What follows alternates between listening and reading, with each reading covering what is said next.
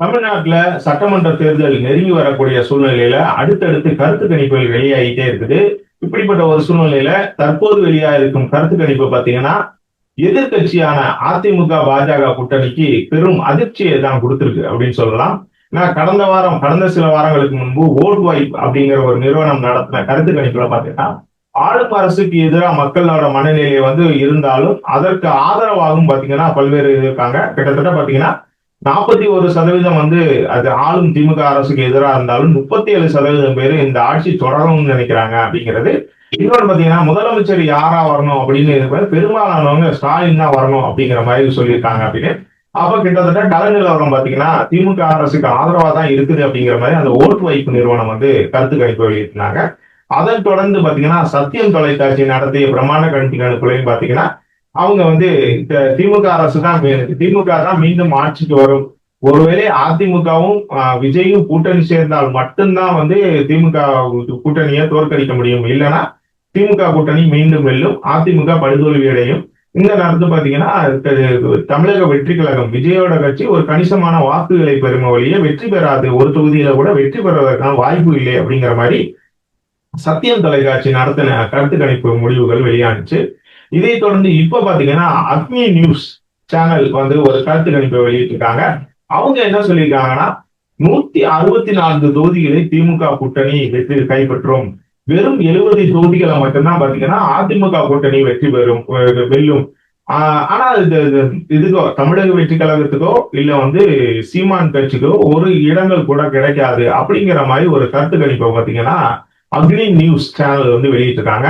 இந்த அக்னி நியூஸ் சேனலோட கருத்து கணிப்பு எந்த அளவுக்கு நம்புறது அப்படிங்கிற ஒரு குழப்பம் இருக்கிற சூழ்நிலையில இன்னொரு விஷயத்த கவனிக்கணும். அவங்க கடந்த நாடாளுமன்ற தேர்தல் தொடர்பான கருத்து கணிப்பை வெளியிட்டிருந்தாங்க. அதுல என்ன சொல்லியிருந்தாங்கன்னா ரொம்ப துல்லியமா சில விஷயங்களை சொல்லியிருந்தாங்க. குறிப்பா பாத்தீங்கன்னா 39 தமிழ்நாட்டுல இருக்கிற 39 நாடாளுமன்ற தொகுதிகளையுமே திமுக கூட்டணி தான் கைப்பற்றும் அப்படிங்கிற மாதிரி ஒரு கருத்து கணிப்பை வெளியிட்டிருந்தாங்க. அதுதான் 100% நடந்தது. அதன் அடிப்படையில் இப்பயிலும் பாத்தீங்கன்னா அக்னி நியூஸ் சேனல் நடத்தின கருத்து கணிப்பு பலராலும் ஏற்றுக்கொள்ளக்கூடியதா இருக்குது. பெரும்பாலும் இது கருத்து கணிப்பு சரியா இருக்கும் அப்படிங்கறது அடிப்படையில நம்புறதுனால நம்மளும் அந்த தகவல் இங்க பகிர்ந்துக்கிறோம். அப்படிங்கறதுனால அந்த அக்னி நியூஸ் சேனல் சொன்ன கருத்து கணிப்பு என்ன சொல்லிருக்காங்கன்னா 164 தொகுதிகளை திமுக கூட்டணி கட்சிகளும் கைப்பற்றும் அப்படின்னு சொல்லியிருக்காங்க. இன்னொரு பக்கம் பாத்தீங்கன்னா அதிமுக பாஜக கூட்டணிக்கு மக்களோட வரவேற்பு பெரிய அளவுக்கு இல்ல அப்படிங்கறதுனால என்னன்னா இந்த கூட்டணி அதிகபட்சம் 70 தொகுதிகளை கைப்பற்றுவதே பெரிய விஷயம் தான். அது என்னன்னா பாஜகவோட அதிமுக தனித்து நின்றா கூட ஒரு 100 தொகுதிகளுக்கு மேல வெற்றி பெறுவதற்கான வாய்ப்பு இருக்குது. ஆனா பாஜக கூட கூட்டணி வைத்து போட்டியிடறதுனால 70 தொகுதிகளை தாண்டுவதற்கான வாய்ப்புகள் இல்லை. இந்த பாஜக அதிமுக கூட்டணியோட சரிவுக்கு முக்கிய காரணமா யார சொல்றாங்கன்னா தமிழக வெற்றி கழகத்தை தான் சொல்றாங்க. அதாவது தமிழக வெற்றி கழகம் பாத்தீங்கன்னா திமுகவோட வாக்குகளை தான் பிரிக்கும் அப்படின்னு சொல்லிட்டு விஜய் கட்சி ஆரம்பித்த நாள்ல இருந்து பல்வேறு அரசியல் நோக்கர்கள் தொடர்ச்சியா சொல்லிட்டு வராங்க. விஜய்ல எந்த கட்சி ஒண்ணு உருவானிச்சுனாலும் அது திமுகவின் வாக்குகளை தான் பிரிக்கும் அப்படின்னு காலகாலமா சொல்லப்படக்கூடிய ஒரு விஷயம் தான். அதுல எந்த மாற்று கருத்துமே இல்லை. இப்படிப்பட்ட ஒரு சூழ்நிலையில விஜயும் கட்சி ஆரம்பிச்ச உடனே எல்லாரும் பெரும்பாலும் என்ன சொன்னாங்கன்னா விஜய் திமுக வாக்குகளை தான் பிரிப்பாரு. சோ வரக்கூடிய சட்டமன்ற தேர்தல்ல திமுக வீழ்ச்சிக்கு மிக முக்கிய காரணமா விஜய் தான் இருப்பாரு அப்படிங்கிற மாதிரி சொல்லப்பட்டுச்சு. ஆனா இந்த அக்னி நியூஸ் சேனல் கருத்து கணிப்பு அப்படியே முற்றிலும் மாறா இருக்குது. அவங்க என்ன சொல்லியிருக்காங்கன்னா பெரும்பாலான இடங்கள்ல பாத்தீங்கன்னா அதிமுக பாஜக வாக்குகளை தான் இவர் விஜய் பிரிக்கிறார். குறிப்பா பாத்தீங்கன்னா அதிமுகவோட வாக்குகளை விஜய் பிரிக்கிறாரு. குறிப்பா பாத்தீங்கன்னா சிறுபான்மையின வாக்குகள் பாத்தீங்கன்னா அதிமுகவிடம் இந்த சிறுபான்மை வாக்குகள் எல்லாமே விஜய்க்கு தான் போகுது.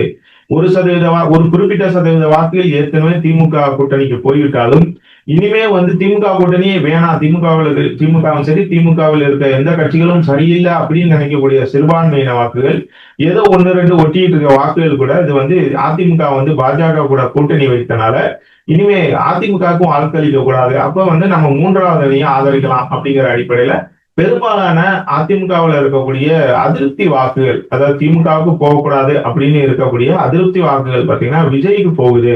சோ கிட்டத்தட்ட அதிமுகவோட ஒரு 10% வாக்குகளை என்ன பண்றாருன்னா விஜய் வாங்குறாரு அப்படிங்கிற மாதிரி ஒரு கருத்து கணிப்பு வெளியிட்டு இருக்காங்க. குறிப்பா பாத்தீங்கன்னா சென்னையில இருக்க பெரும்பாலான தொகுதிகள்ல வந்து திமுக தான் வெற்றி பெறும். டி நகரை தவிர, அதாவது தியாகராய தொகுதியை தவிர மற்ற அனைத்து தொகுதிகளையுமே திமுக தான் வெற்றி பெறும். அந்த வெற்றிக்கு வந்து மிகவும் பக்கபலமா இருக்கிறது தமிழக வெற்றி கழகம். என்னன்னு பாத்தீங்கன்னா, இந்த சென்னையில இருக்கிற பெரும்பாலான தொகுதிகளில் அதிமுகவின் வாக்குகளை வந்து 10 முதல் 14% வாக்குகளை பிரிக்கிறது விஜய் தான். அப்ப அதிமுகவோட வாக்குகளை குறைந்தபட்சம் 10% பிரிக்கிற போது திமுகவுக்கு ஏற்கனவே இருக்கக்கூடிய சாலிடான அந்த ஓட் பேங்க் வந்து அவங்களை வெற்றி பெற வைக்கும். அதனால சென்னையில இருக்கிற ஒரு தொகுதியை தவிர மற்ற அனைத்து தொகுதியிலுமே திமுக தான் வெற்றி பெறும், வெல்லும் அப்படிங்கிற மாதிரி அக்னி நியூஸ் சேனல் வந்து அந்த கருத்து கணிப்புல சொல்லியிருக்காங்க. ஏற்கனவே அதிமுகவும் சரி திமுகவும் சரி சட்டமன்ற தேர்தல் நெருங்கி வரக்கூடிய சூழ்நிலையில தங்கள்கிட்ட இருக்கிற அமைப்புகளை வச்சு தொடர்ச்சியா கருத்து கணிப்புகள் செஞ்சுக்கிட்டு அது மூலமா அவங்க கொடுக்குற ரிசல்ட் அடிப்படையில வந்து பணியாற்றிக்கிட்டே இருக்கிறாங்க. குறிப்பா பாத்தீங்கன்னா ஆளக்கூடிய திமுக அரசு தங்கள்கிட்ட இருக்கிற டிஜிட்டல் டீம் மட்டும் இல்லாம உளவுத்துறை மூலமாகவும் சில ஆய்வுகளை எடுத்து சில ரிப்போர்ட்டுகளை எடுத்து எந்தெந்த தொகுதிகளை யார நிப்பாட்டலாம், எந்தெந்த தொகுதிகள்ல என்னென்ன மாதிரி பிரச்சனைகள் இருக்குது, என்னென்ன தொகுதிகள்ல மக்கள் வந்து நம்மளுக்கு ஆதரவா இருக்காங்க, எதிர்பார்க்கிறாங்க, எந்தெந்த தொகுதிகள்ல எந்தெந்த மாதிரியான நலத்திட்டங்களை அறிவிச்சா மக்கள் வந்து நம்மளுக்கு வாக்களிப்பாங்க அப்படிங்கிற மாதிரி ஒரு துல்லியமான சர்வே வந்து தொடர்ச்சியா எடுத்துக்கிட்டு இருக்காங்க அப்படிங்கிறது நம்மளுக்கு தெரியும். உளவுத்துறை மூலமா வச்சு செய்யறாங்க.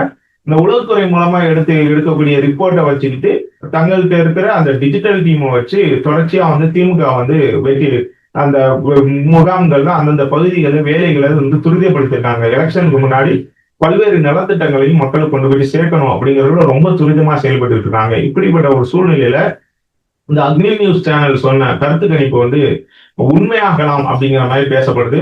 இந்த அக்னி நியூஸ் ஏற்கனவே வந்து சத்தியம் தொலைக்காட்சி, அதுக்கு முன்னாடி ஓர்வைட், இந்த 3 நிறுவனங்களையும் கொடுத்திருக்க கருத்து கணிப்பு பாத்தீங்கன்னா ஸ்டாலின் சொல்ற மாதிரி 200 தொகுதிகள் இல்ல 234 தொகுதிகளுக்கான வாய்ப்பு இல்லை அப்படிங்கறது வந்து தெளிவாகுது.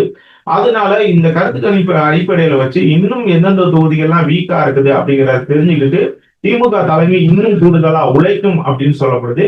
இந்த பக்கம் பாத்தீங்கன்னா பாஜக அதிமுக கூட்டணியினாலதான் வந்து அதிமுக வந்து இந்த சரிவை சந்திக்கும் அப்படிங்கிற மாதிரி சொல்லப்படுறதுனால இந்த கூட்டணியை கட்டியெழுப்பதற்கு எடப்பாடி பழனிசாமியோ இல்ல வந்து பாஜக மாநில தலைவர் நயினா நாகேந்திரனோ இல்ல பாஜக தேசிய தலைவர்கள் ஜே.பி. நட்டா இல்ல வந்து அமித்ஷா இல்ல பிரதமர் மோடி எந்த மாதிரியான விஷயங்கள் செயல் திட்டங்களை வகுக்க போறாங்க அப்படிங்கறதெல்லாம் நம்ம பொறுத்திருந்துதான் பார்க்கணும். இன்னும் தேர்தலுக்கு கிட்டத்தட்ட 10 மாதங்கள் இருக்கக்கூடிய நிலையில இந்த கள நிலவரம் எப்போதுனாலும் எப்படி வேணாலும் மாறலாம் அப்படின்னு எதிர்பார்க்கப்படுது. இருந்தாலும் திமுக தலைமை அதற்கு தகுந்த மாதிரி தொடர்ச்சியா வேலை பார்த்துட்டு இருக்காங்கன்னு சொல்லப்படுது. ஆனா இந்த பக்கம் அதிமுக என்ன செய்யுது, எடப்பாடி பழனிசாமி தொடர்ச்சியா வந்து தமிழ்நாடு முழுவதும் சுற்றுப்பயணம் செய்தாலும் அது பெரிய அளவுக்கு வரவேற்பை பெற்றுச்சா அப்படிங்கிறது ஒரு கேள்விக்குறியாதான் இருக்குது. ஏன் அப்படின்னா எடப்பாடி பழனிசாமி போகக்கூடிய இடங்கள்ல வந்து பெரிய அளவுக்கு மக்கள் வந்து கூடினாலும் அந்த மக்கள்ல பெரும்பாலானவங்க காசு கொடுத்து வரவழைக்கப்பட்டவர்கள் அப்படிங்கிற ஒரு பேச்சு தொடர்ச்சியா வந்து பாத்தீங்கன்னா சமூக வலைதளங்கள் அது தொடர்பான காணொலிகளை பார்க்க முடியுது. சோ உண்மையிலேயே மக்கள் எழுச்சி வந்து அதிமுக தரப்பு இருக்குதா, இந்த திமுகவுக்கு எதிர்ப்பு மனப்பான்மை கொண்ட திமுக ஆட்சிக்கு எதிரான அந்த ஆன்டி இன்கம்பன்சிங்கிற விஷயம் வந்து இங்க வந்து அதிமுகவுக்கு கை கொடுக்குமா இல்லையா அப்படிங்கிறத வந்து நம்ம பொறுத்து இருந்துதான் பார்க்கணும். இந்த விவகாரத்துல இந்த அக்னி நியூஸ் சேனல் கொடுத்த கருத்து கணிப்பை வந்து நீங்க எப்படி பாக்குறீங்க கமெண்ட்ல சொல்லுங்க.